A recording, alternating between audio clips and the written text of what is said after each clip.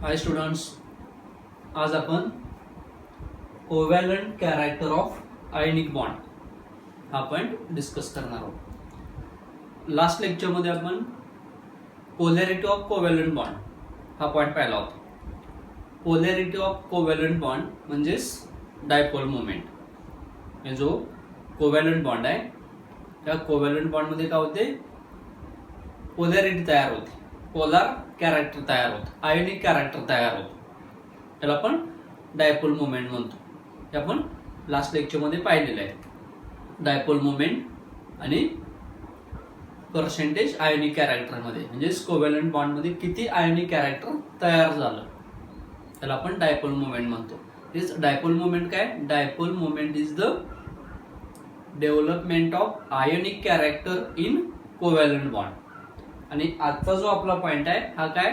Development of covalent character in ionic bond. जसं covalent bond मध्ये ionic character असतं ज्याला आपण डायपोल मोमेंट म्हणतो, तसंच आयोनिक बॉन्ड मध्ये कोव्हॅलंट कॅरेक्टर असतं. म्हणजेच कोणताही बॉन्ड हा परफेक्टली कोव्हॅलंट किंवा परफेक्टली आयोनिक नसतो, तर त्याच्यामध्ये आयोनिक बॉन्ड मध्ये थोडंफार कोव्हॅलंट कॅरेक्टर असतं किंवा कोव्हॅलंट बॉन्ड मध्ये थोडंफार आयोनिक कॅरेक्टर असतं. ओके, तर आजचा जो आपला पॉइंट आहे covalent character of ionic bond, त्यालाच आपण फजान्स रोल म्हणतो. किंवा हे जे काय development of covalent character in ionic bond आहे ते आपल्याला फजान्स रोलच्या साहाय्यानं एक्सप्लेन करायचं.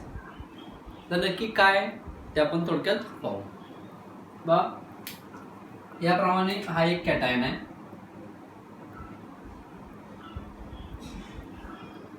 हा काय कॅटायन आहे, कारण आयोनिक बॉन्ड मध्ये काय असतो, एक कॅटायन असतो आणि एक अनायन असतो. एक कॅटायन असतो आणि एक अनायन असतो. मग हा आयोनिक बॉन्ड मधला किंवा त्या आयोनिक सॉलिड मधला कॅटायन आहे आणि हा त्या आयोनिक सॉलिड मधला काय अनायन आहे. आता तुमच्या डोक्यात आलं असेल हे असं का दाखवलेलं आहे की कॅटायन स्मॉल दाखवलाय, अनायन लार्ज दाखवलाय. तर ते सिंपल आहे, कारण कॅटायन हा स्मॉल असतो आणि अनायन हा लार्ज असतो. का असतो त्याच्या मागे रिझन आहे. कॅटायन कधी तयार होतो? ज्यावेळेस इलेक्ट्रॉन लूज केला जातो, आणि इलेक्ट्रॉन लूज केल्यामुळे जो आयोनिक रेडियस आहे तो आयोनिक रेडियस काय होतो? स्मॉल होतो. आणि अनायन कधी तयार होतो? इलेक्ट्रॉन गेन केल्यानंतर, आणि इलेक्ट्रॉन गेन केल्यामुळे रेडियस काय होतो? वाढतो. त्यामुळे कॅटायन हा जनरली स्मॉलर साईज असतो आणि अनायन हा जनरली कसा असतो? लार्जर साईज वाला असतो. ओके, आता बघा हा एक बॉन्ड आहे. फॉर एक्झाम्पल असं म्हणू की आपण हा AB मोलिक्युल आहे, आयोनिक कंपाऊंड आहे AB, ज्याच्यामध्ये A वर पॉझिटिव्ह चार्ज आहे आणि B वर निगेटिव्ह चार्ज आहे. म्हणजेच A हा कॅटायन आहे आणि B हा काय अनायन आहे. ओके, तर हा स्मॉल आहे, हा कसा आहे? लार्ज आहे. हा स्मॉल आहे, हा कसा आहे? लार्ज आहे. ओके, याचा साईज स्मॉल असल्यामुळं, या कॅटायनचा साईज स्मॉल असल्यामुळं याचा जो न्यूक्लियस आहे हा न्यूक्लियस कसा आहे? पॉवरफुल आहे. कॅटायनचा जो न्यूक्लियस आहे तो न्यूक्लियस कसा आहे? पॉवरफुल आहे. का पॉवरफुल आहे? कारण याचा साईज कसा आहे? स्मॉल आहे. ओके, जर आपण अनायन पाहिला तर अनायन कसा आहे? लार्ज आहे. अनायन कसा आहे? लार्ज आहे. म्हणजेच अनायनच्या सेंटर पासून अनायनचं जे व्हॅलेन्स शेल आहे ते कसं आहे? दूर आहे. ते कसं आहे? दूर आहे. लक्षात आलं? जर आपण या दोघांचे कंपॅरिझन केलं तर आपल्या असं लक्षात येईल की कॅटायनचा जो न्यूक्लियस आहे आणि अनायनचा न्यूक्लियस, दोघांचे जर न्यूक्लियस पाहिले तर कॅटायनच्या न्यूक्लियस पासून कॅटायनचं जे व्हॅलेन्स शेल आहे ते कसं आहे? कम्पॅरेटिव्हली जवळ आहे. आणि अनायनचा न्यूक्लियस आणि अनायनचं व्हॅलेन्स शेल याचा जर विचार केला तर अनायनच्या न्यूक्लियस पासून अनायनचं व्हॅलेन्स हे कसं आहे? व्हॅलेन्स शेल हे कसं आहे? दूर आहे.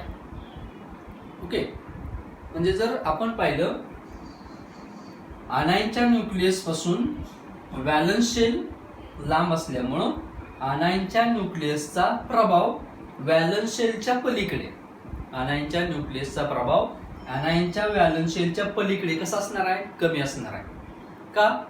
कारण आनायनचं व्हॅलन्स शेल आणि आनायनचा न्यूक्लियस यातला जो डिस्टन्स आहे तो कसा आहे? जास्त आहे. आणि कॅटायनच्या बाबतीत जर पाहिलं तर कॅटायन आणि कॅटायनचं व्हॅलन्स शेल यातला जो डिस्टन्स आहे तो डिस्टन्स कमी असल्यामुळे कॅटायनच्या न्यूक्लियसचा प्रभाव कॅटायनच्या व्हॅलन्स शेलच्या बाहेर कसा असणार आहे? जास्त असणार आहे. कसं? म्हणजे कॅटायन स्मॉल असल्यामुळं कॅटायनचा जो न्यूक्लियस असतो तो न्यूक्लियस कसा असतो? पॉवरफुल असतो. त्याच्या न्यूक्लियसचा प्रभाव व्हॅलन्स शेलच्या बाहेर सुद्धा राहू शकतो. ओके, आणि आनायनचा न्यूक्लियस आणि त्याचं व्हॅलन्स शेल यातला डिस्टन्स जास्त असल्यामुळं आनायनच्या न्यूक्लियसचा जो प्रभाव आहे तो व्हॅलन्स शेलच्या बाहेर काय असतो? कमी असतो. लक्षात आलं? आता असं असल्यामुळं काय होतं बा? असं असल्यामुळं कॅटायनचा न्यूक्लियस पॉवरफुल असल्यामुळं कॅटायनचा न्यूक्लियस काय करतो? आनायनच्या व्हॅलन्स शेलमध्ये जे इलेक्ट्रॉन आहेत, आनायनच्या व्हॅलन्स शेलमध्ये जे इलेक्ट्रॉन आहेत, हे इलेक्ट्रॉन काय करतो? आपल्या बाजूला खेचतो. कॅटायनचा जो न्यूक्लियस आहे याच्यावर चार्ज कोणता आहे? पॉझिटिव्ह. कॅटायनच्या न्यूक्लियसवर चार्ज कोणता आहे? पॉझिटिव्ह. आणि आनायनच्या व्हॅलन्स शेलमध्ये जे इलेक्ट्रॉन आहेत याच्यावर चार्ज कोणता आहे? निगेटिव्ह. ओके, इथं कॅटायनचा न्यूक्लियस पॉवरफुल असल्यामुळं, कॅटायनचा न्यूक्लियस पॉवरफुल असल्यामुळं काय होतं? हा जो आनायन आहे, आनायनच्या व्हॅलन्स शेलमध्ये काय? याप्रमाणे इलेक्ट्रॉन आहे. आनायनच्या व्हॅलन्स शेलमध्ये काय? इलेक्ट्रॉन आहे. ओके, हा कॅटायनचा न्यूक्लियस पॉवरफुल असल्यामुळं तो काय करतो?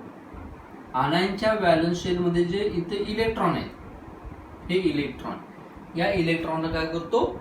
आपल्या बाजूने ओढतो. म्हणजेच आनायनचा जो व्हॅलन्स शेल आहे, हा व्हॅलन्स शेल पहिल्यासारखा न राहता काय होतो? थोडा कॅटायनच्या बाजूला ड्रिफ्ट होतो. कॅटायनच्या बाजूला काय होतो? ड्रिफ्ट होतो. असं का झालं? कारण कॅटायनचा न्यूक्लियस पॉवरफुल आहे. कॅटायनच्या न्यूक्लियसनं काय केलं? आनायनच्या व्हॅलन्स शेलमध्ये इलेक्ट्रॉन स्वतःच्या बाजूला खेचले. लक्षात आलं? तर आनायनने स्वतःचे इलेक्ट्रॉन का जाऊ दिले? कारण आनायनचा रेडियस लार्जर असल्यामुळं आनायनच्या न्यूक्लियसचा प्रभाव त्याच्या व्हॅलन्स शेलवर कसा आहे? कमी आहे. आणि त्यामुळे काय झालं? हा जो आयोनिक बॉन्ड होता, या आयोनिक बॉन्डमध्ये बघा काय म्हणतो मी, इथं आयोनिक बॉन्ड होता, पॉझिटिव्ह आणि निगेटिव्ह आयोनिक बॉन्ड होता. या आयोनिक बॉन्ड मध्ये काय केलं? या कॅटायननं आनायनचे इलेक्ट्रॉन स्वतःच्या बाजूला ड्रिफ्ट केले. स्वतःच्या बाजूला काय केले? ड्रिफ्ट केले, पुल केले. त्यामुळं इथं जो आयोनिक बॉन्ड आहे, या आयोनिक बॉन्ड मध्ये काय झालं? इलेक्ट्रॉनचं शेअरिंग झालं. याचे इलेक्ट्रॉन आणि याचे इलेक्ट्रॉन याच्या बाजूला आले. म्हणजे इथे इलेक्ट्रॉन काय झाले? शेअर झाले. आणि या आयोनिक बॉन्ड मध्ये काय झालं? कोव्हॅलंट कॅरेक्टर तयार झालं. काय तयार झालं? कोव्हॅलंट कॅरेक्टर तयार झालं. लक्षात आलं? जेच हा जो काय होता?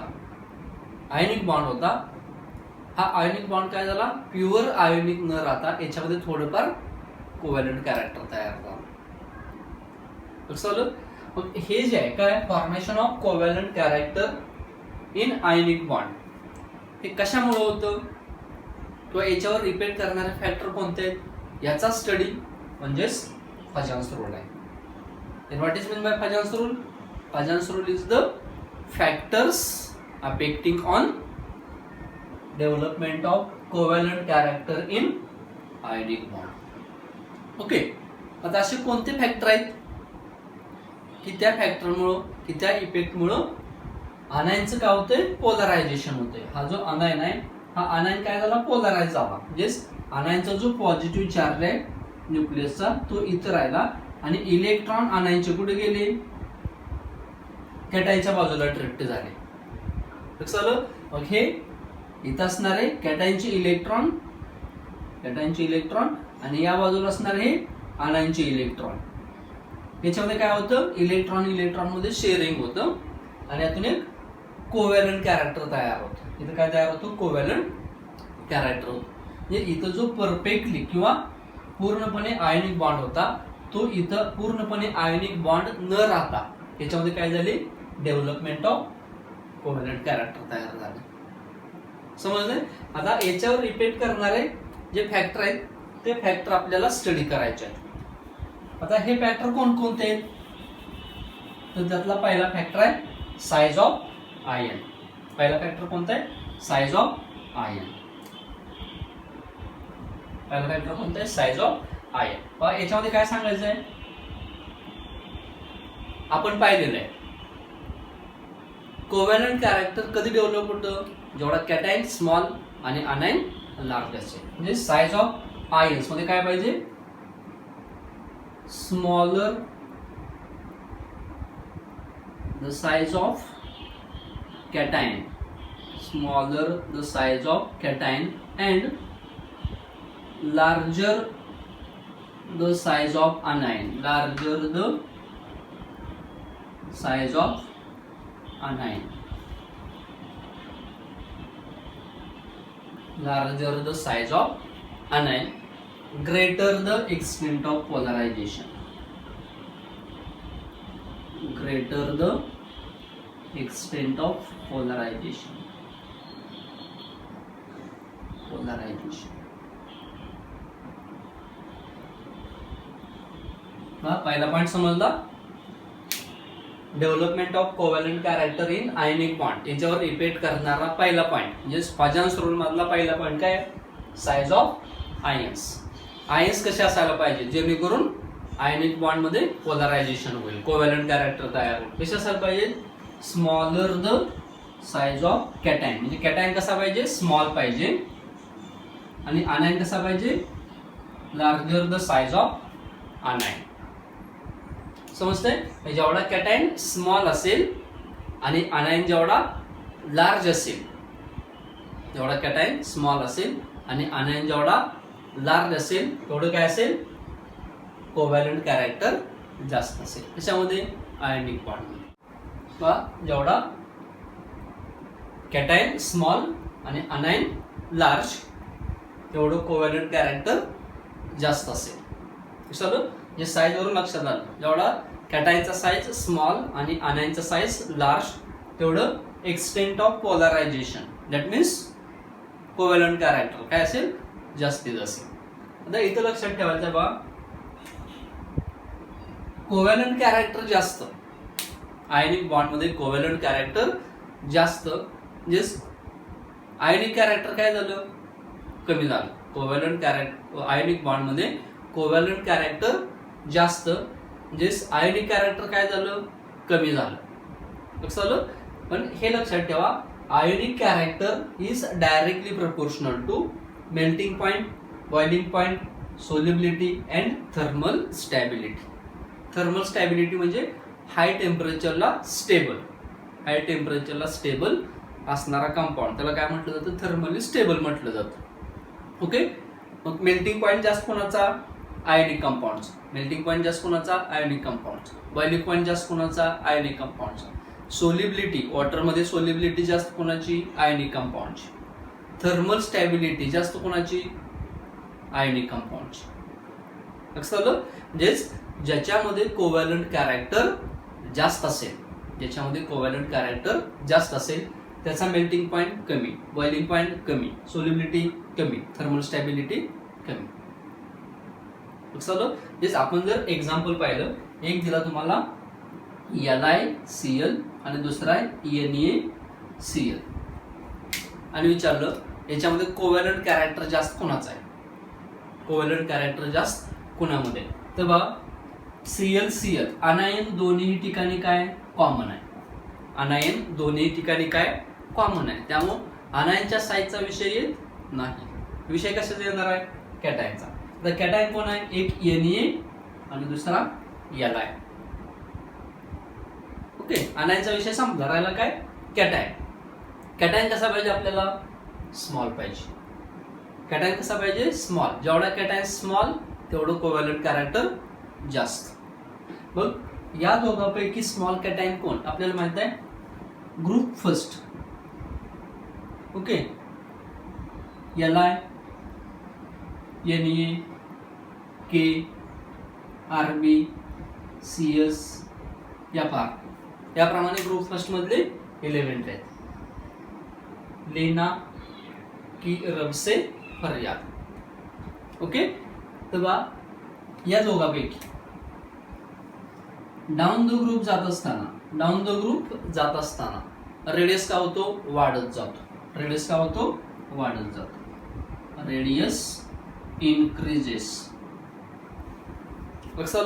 मग या दोघांपैकी जर पाहिलं तर जास्त रेडियस कोणाचा आहे, सोडियमचा. म्हणजे सोडियम हा कसा आहे, लार्जर कॅटायन आहे आणि लिथियम हा कसा आहे, स्मॉलर कॅटायन आहे. जेच या दोघांपैकी Li आणि सोडियम या दोघांपैकी स्मॉलर कॅटायन कोण आहे, Li. म्हणून LiCl मध्ये कोव्हॅलंट कॅरेक्टर काय असेल, जास्त असेल. म्हणजे LiCl आणि NaCl दोघांपैकी कोव्हॅलंट कॅरेक्टर जास्त कोणामध्ये, याच्यामध्ये LiCl मध्ये. आणि आयोनिक जास्त कोणामध्ये, याच्यामध्ये. म्हणजे हा कसा असेल, maximum ionic and this is maximum covalent. मग आता सांगा मेल्टिंग पॉइंट जास्त कोणाचा, मेल्टिंग पॉइंट जास्त NaCl, बॉइलिंग पॉइंट जास्त NaCl चा.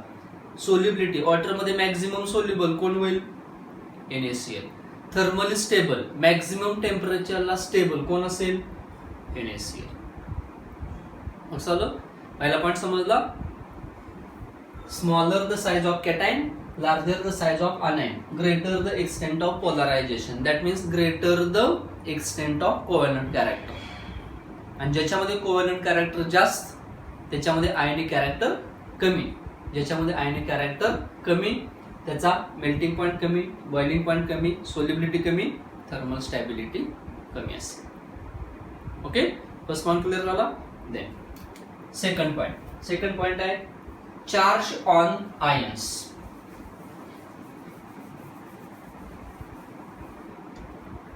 सेकंड पॉइंट कोणता आहे, charge on ion. Charge on ion मध्ये काय सांगायचं आहे, जेवढा चार्ज काय असेल, स्मॉलर असेल. Smaller the charge,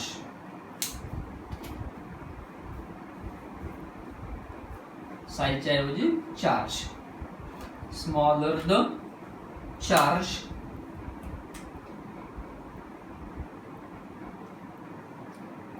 on cation and larger the charge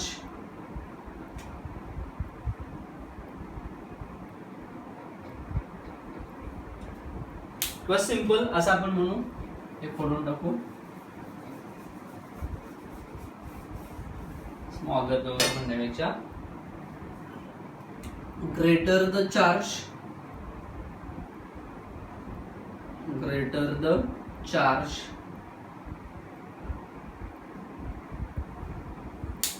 on cation and anion, on cation and anion.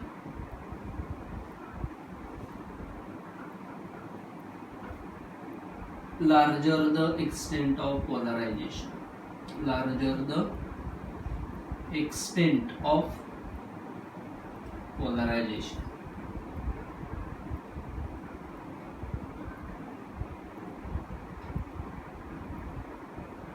Larger the extent of polarization, greater the charge on cation and anion. बा cation वर charge जेवढा जास्त त्याला मी काय म्हणतोय, larger charge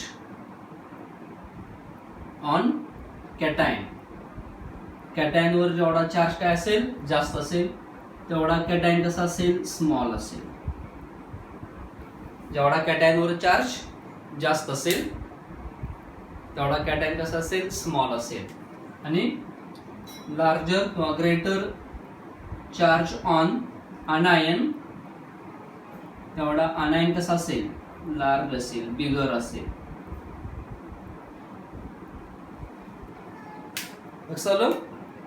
for example आपण जर पाहिलं इथे कोण आहे, Na+, Mg2+ आणि Al3+. या तिघापैकी चार्ज जास्त कोणावर आहे? Al वर, त्याच्यापेक्षा कमी Mg वर, सर्वात कमी Na वर. Na वर एक पॉझिटिव्ह चार्ज आहे, Mg वर 2 पॉझिटिव्ह चार्ज आहे, Al वर 3 पॉझिटिव्ह चार्ज आहे. मग स्मॉलर कॅटायन कोणता दिलाय? चार्ज जेवढा जास्त तेवढा कॅटायन कसा असेल? स्मॉल असेल. म्हणजे सर्वात स्मॉल कॅटायन कोणता? Al. त्याच्यापेक्षा मोठा Mg आणि सर्वात मोठा Na. जे जर आपण इथं कॅटायनचा साईज पाहिला तर साईज तो याप्रमाणे असेल. ओके. आणि कॅटायन कसा असेल? Greater the charge on cation and anion, larger the extent of polarization. मग या तिघामध्ये मॅक्झिमम पोलरायझेशन कोणामध्ये बघायला मिळेल? ज्याच्यावर चार्ज जास्त असेल. चार्ज जास्त कोणावर आहे? Al वर. ओके.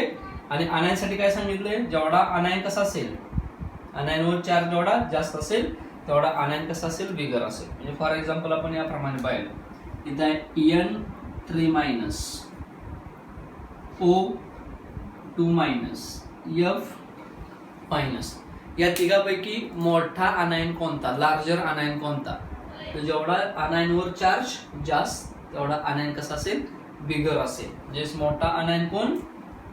N3-, त्याच्यापेक्षा लहान O2- आणि सर्वात लहान F-. कसं झालं? ज्याच्यावर चार्ज जास्त कॅटायन आणि अनायन. कॅटायन वर चार्ज जास्त म्हणजे कॅटायन स्मॉल, अनायन वर चार्ज जास्त म्हणजे अनायन लार्ज.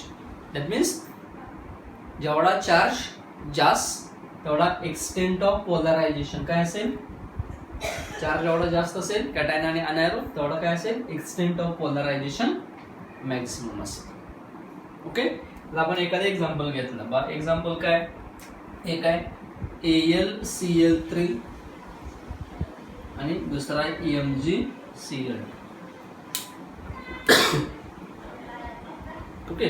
AlCl3 आणि MgCl2. आता मी इथून 3 Cl काढले, इथं पण Cl आहे, इथंही Cl आहे, म्हणजे अनायन कसा आहे? सेम आहे. अनायन कॉमन आहे दोघांमध्ये. इथून 3 Cl काढले, एका Cl वर 1 मायनस असतो, म्हणजे इथं पॉझिटिव्ह किती आले? Al वर 3 पॉझिटिव्ह. इथून 2 Cl काढले, इथे Mg वर किती आले? 2 पॉझिटिव्ह. म्हणजे AlCl3 मध्ये Al वर चार्ज किती आहे? 3 पॉझिटिव्ह आहे. MgCl2 मध्ये Mg वर चार्ज किती आहे? 2 पॉझिटिव्ह आहे. चार्ज जास्त कोणावर आहे? Al वर. म्हणून मॅक्झिमम कोव्हॅलंट कॅरेक्टर कुठं असेल? AlCl3 मध्ये असेल. कुठं असेल? AlCl3. मॅक्झिमम कोव्हॅलंट कॅरेक्टर जर AlCl3 मध्ये असेल तर मॅक्झिमम आयनिक कॅरेक्टर कोणामध्ये असेल? MgCl2. कोणामध्ये असेल? MgCl2. ओके. मग MgCl2 मध्ये जर मॅक्झिमम आयनिक कॅरेक्टर असेल तर मला सांगा मेल्टिंग पॉइंट जास्त कोणाचा? मेल्टिंग पॉइंट जास्त कोणाचा? MgCl2 चा. बॉइलिंग पॉइंट जास्त कोणाचा? MgCl2 चा. सोल्युबिलिटी कमी कोणाची? कमी विचारले कोणाची? AlCl3 ची. कारण जास्त कोणाची असणार आहे? MgCl2 ची. सोल्युबिलिटी कमी कोणाची? AlCl3 ची. थर्मली लेस स्टेबल कोण? AlCl3. कारण थर्मली मोर स्टेबल कोण असणार आहे? MgCl2. झालं. द नेक्स्ट अनदर एक्झाम्पल आहे CaI2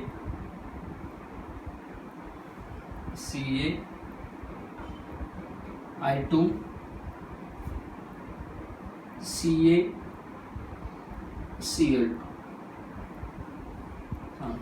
या दोघांपैकी maximum ionic character maximum covalent character कुठं असेल? तर बघा इथे दोघेही कॅटायन सेम आहे. कॅटायन काढून टाका. आता राहिला आयोडीन आणि chlorine. Iodine, fluorine, chlorine, bromine, iodine. Down the group जात असताना साईज काय होतो? वाढत जातो. क्लोरीन आणि आयोडीन या दोघांपैकी लार्जर अनायन कोण आहे? आयोडीन आहे. कॅटायन स्मॉलर अनायन कोण आहे? Cl. आपल्याला कॅटायन बघायचं असेल तर स्मॉल बघायचा, अनायन बघायचं असेल तर लार्ज बघायचा. मग आयोडीन आणि क्लोरीन या दोघांपैकी लार्जर अनायन कोण आहे? आयोडीन. आणि म्हणून CaCl2 आणि CaI2 याच्यापैकी मॅक्झिमम कोव्हॅलंट कॅरेक्टर हे कुठं असेल? CaI2 मध्ये असेल. आणि मॅक्झिमम आयोनिक कॅरेक्टर कुठं असेल? CaCl2 मध्ये असेल.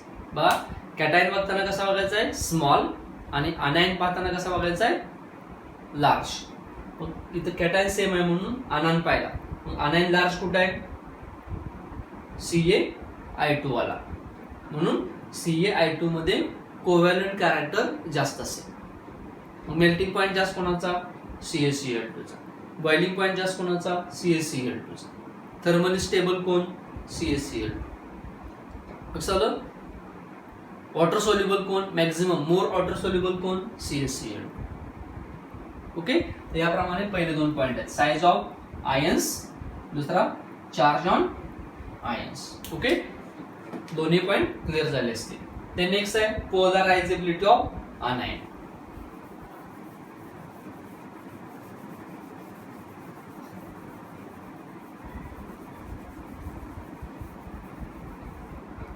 तिसरा पॉइंट कोणता आहे? पोलरायझेबिलिटी ऑफ अनायन. आपण पाहिलेलं आहे कॅटायन आणि हा अनायन. कॅटायन काय करतो? अनायनच्या इलेक्ट्रॉनला खेचतो. म्हणजे कॅटायन मध्ये जी असते त्याला म्हणायचं आहे पोलरायझिंग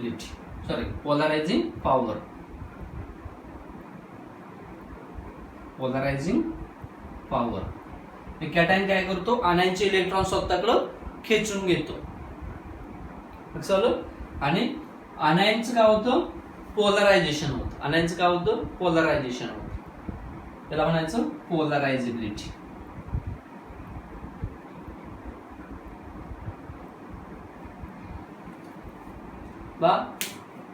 पोलरायझेबिलिटी ऑफ अनायन. अनायनची जेवढी पोलरायझेबिलिटी जास्त, म्हणजे अनायन जेवढा मोर पोलराइज होईल तेवढं एक्सटेंट ऑफ कोव्हॅलंट कॅरेक्टर काय असेल? जास्त असेल. म्हणजे हे दोन्हीही महत्वाचा पॉइंट कोणाचा आहे? पोलरायझेबिलिटी कोणाची? अनायनची.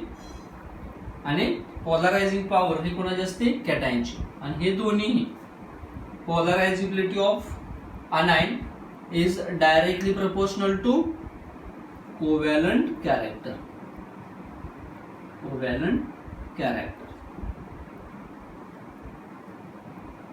आणि पोलरायझिंग पॉवर कोणाची? कॅटायनची.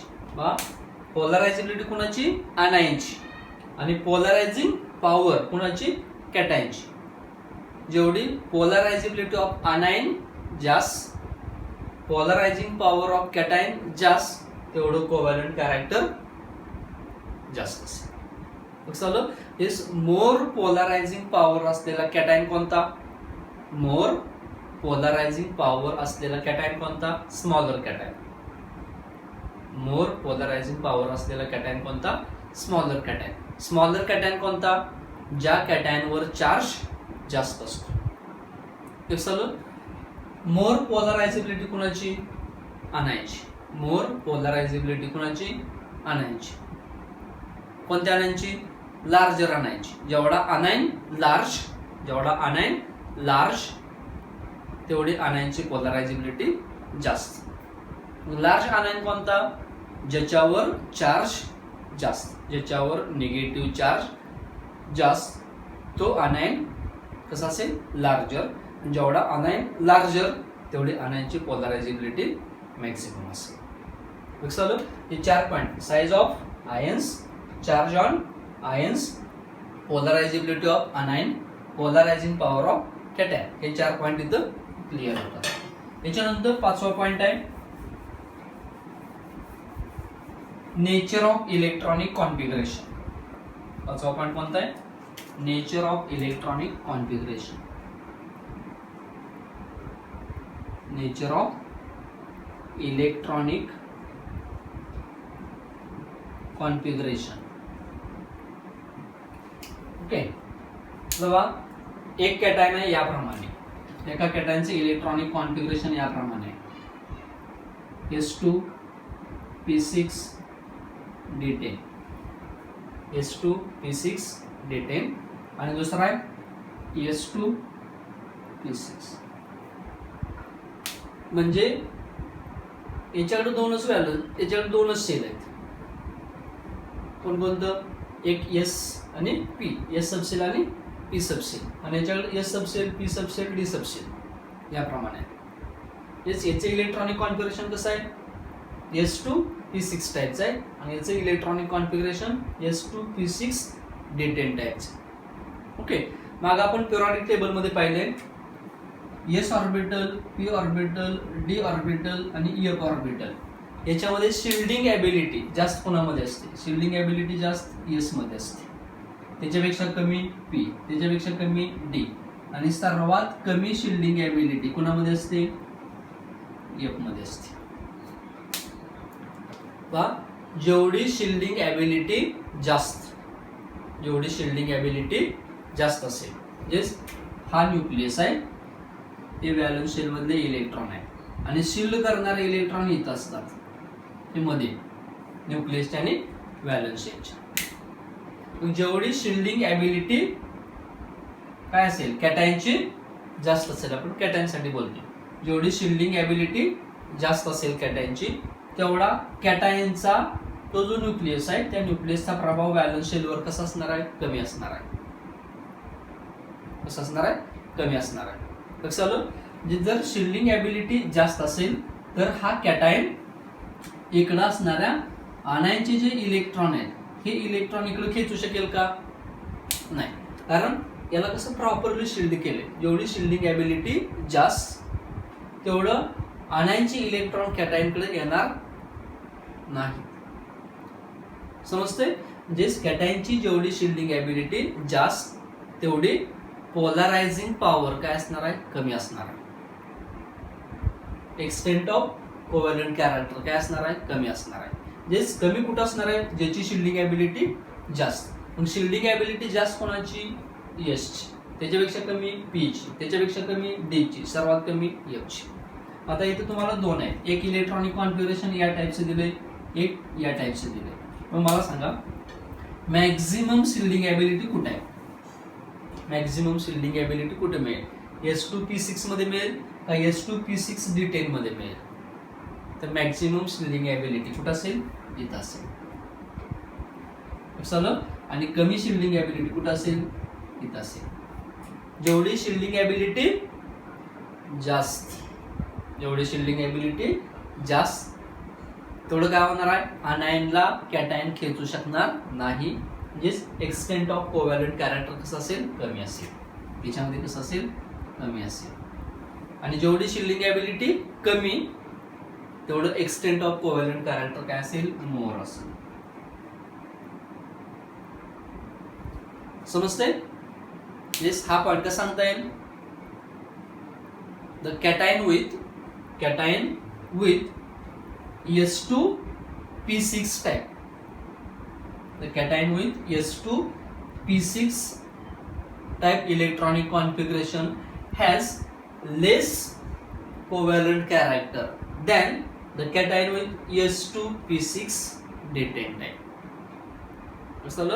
The cation with electronic configuration S2P6 हे लिहून घ्यायचं, हा पॉइंट लिहून घ्यायचा आहे थेअरी मध्ये. काय? The cation with S2P6 type electronic configuration has less covalent character than the cation with S2P6D10 type. जे मॅक्झिमम कोव्हॅलंट कॅरेक्टर कोणामध्ये आलं? मॅक्झिमम कोव्हॅलंट कॅरेक्टर कोणत्या कॅटायन मध्ये आलं? याच्यामध्ये. आणि ज्याच्यामध्ये मॅक्झिमम कोव्हॅलंट कॅरेक्टर असेल त्याचा मेल्टिंग पॉइंट कमी, बॉइलिंग पॉइंट कमी, सोल्युबिलिटी कमी, थर्मल स्टॅबिलिटी कमी. म्हणजे कोणत्या टाईपच्या कॅटायन मध्ये, कोणत्या टाईपचं इलेक्ट्रॉनिक कॉन्फिगरेशन असलेल्या कॅटायन मध्ये मेल्टिंग बॉइलिंग पॉइंट जास्त असतात. कोणत्यामध्ये? S2P6. कारण याच्यामध्ये कोव्हॅलंट कॅरेक्टर कमी आहे, याचा अर्थ आयनिक कॅरेक्टर कसं आहे? जास्त. समजलं? तर पुढचा जो पाचवा पॉइंट आहे तो पाचवा पॉइंट कोणता आहे? Nature of electronic configuration of cation. The cation with S2P6 type electronic configuration has less covalent character than the cation with S2P6 D10 type electronic configuration. Okay. यातला लास्ट पॉइंट आहे dielectric constant of medium. Dielectric constant of medium काय असेल? जेवढा जास्त असेल. Dielectric constant of medium जेवढा जास्त असेल तेवढं काय असेल? डायइलेक्ट्रिक कॉन्स्टंट ऑफ मीडियम जेवढा जास्त असेल तेवढा काय होईल? It is inversely proportional to covalent character.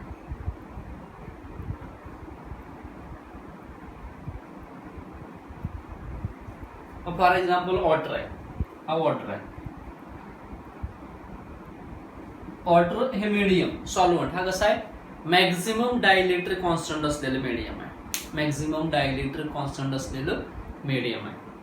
वॉटरची tendency काय? वॉटरमध्ये H+ आणि OH- आयन असतात. वॉटरमध्ये टेंडन्सी कोणती आहे की वॉटरमध्ये एखादा सबस्टन्स ऍड केल्यानंतर तो सहजासहजी सोल्युबल होतो. त्या सबस्टन्सला डिझॉल्व्ह केलं जातं.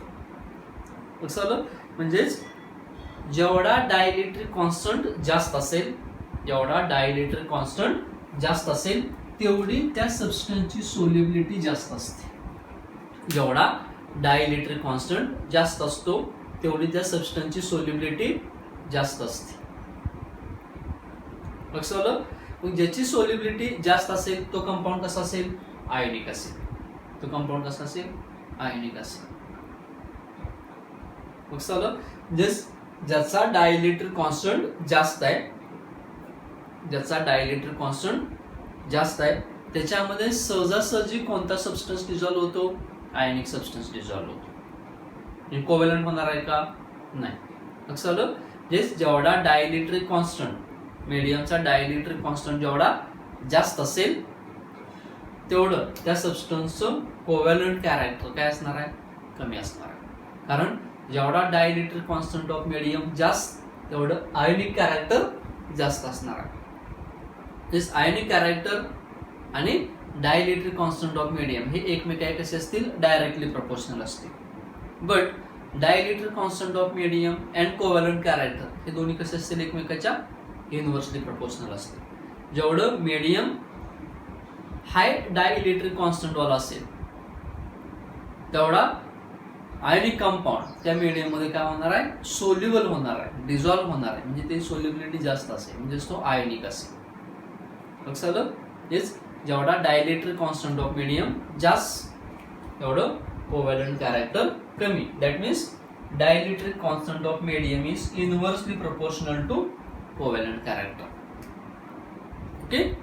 तर याप्रमाणे हे 6 पॉइंट आहेत. पहिला, size of ions, smaller the size of cation and larger the size of anion, greater the extent of polarisation.